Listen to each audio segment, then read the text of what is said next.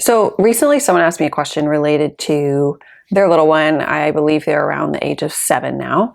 And this parent was saying, my kiddo had early medical interventions, right? Early on. She didn't clarify if it was right after birth or just when she was young. But either way, this is a really common question about how might this be impacting my child today, years later, right? When actually we know, of course, for their story, these medical interventions were necessary, maybe even life-saving. So I wanted just to break that down a little bit of how might an early necessary medical intervention or experience possibly be intervening with my child's ability to attach and connect with me. So if you think about a little one in the womb, right? It's a very safe environment. It's very cozy, right? It's warm. It's safe. They're very connected to everything that mother's going through, right? Her rhythms, the sound of her voice, all of her cadences, right? So there's a lot of connection. There's a lot of rhythms. There's a lot of, if you think about it, like sensory bathing, if you will. So this little one is accustomed to that environment, and then they come into the world, right? We know birth and coming into the world can be a very overwhelming experience. I mean, really, in a way, it can be a form of trauma. It's also beautiful, right? It's an entire mix. But when you think about the environment a little one was accustomed to in utero, and they come into the world, right? There's bright lights, there's new sounds, like the way their body is in space is different, right? They're connecting to this parent in a different way.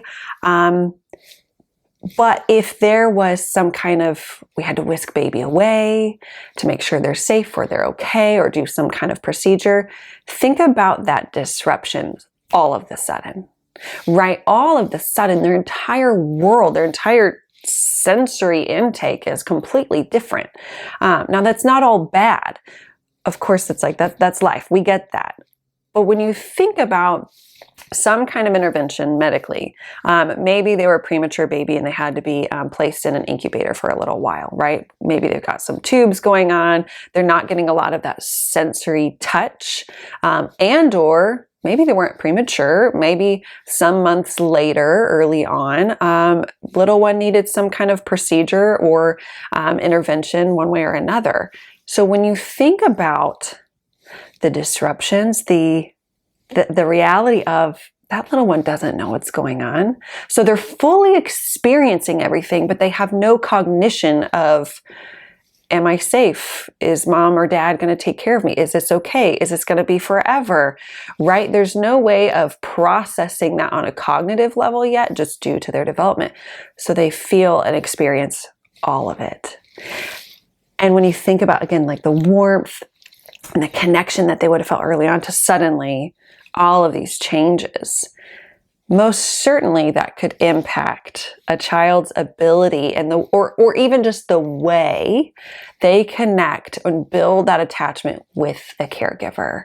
It might mean that because of some early interventions, maybe there was like poking and prodding or taping tubes or whatnot on that little one for necessary reasons. Maybe a little later we see that playing out in their inability or struggle to process sensory intake because it wasn't very smooth or consistent early on, right? It was interrupted. It was maybe cold, right? When you think of all these medical supplies that were necessary being close to that child's body, right? It's a very different than what they came from. And so that can certainly impact this process for them. So it could be sensory. It might be relational of early on, the experience of the opposite of, let's say, the most ideal scenario where baby is born and they're placed on mother's chest and they get skin to skin and they have, again, that sensory bathing of the biological mother, of just soaking in her smell and her feeling and her sense and her heartbeat, her pace, her rhythm, her sounds, right? So when you think of that being, right, we've got research, we've got data on how good that is, how necessary that is and beneficial it is for little ones right after birth, just for the sake of sensory processing, of attachment development, of regulation, right? Regulating their body, their emotions, their feelings, their processes. And so when we have necessary, possibly life-saving medical interventions, it can disrupt that. Now, it doesn't mean there's no hope. It just might mean, again, to the original conversation with this parent who reached out, it might just mean we need to be curious about observing how our child experiences the senses, about how our child experiences connection with me, the parent, the caregiver, how they experience building trust with me. And if we notice that anything feels not very strong or not very consistent or not very comfortable for them, then we know to look for some extra help. We know to start asking some questions. Maybe we do some sensory work with an occupational therapist.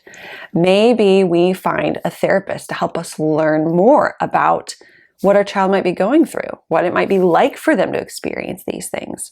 Maybe we read a book about sensory integration or sensory processing disorder or attachment, how I up and make more robust my attachment to my child, even at the age of 5 or 12 or whatever their age might be, in order to pay attention to the ways early medical intervention may have impacted them and what we can do about it now. Because that doesn't mean we're hopeless. It doesn't mean we have no tools and nothing to do about it.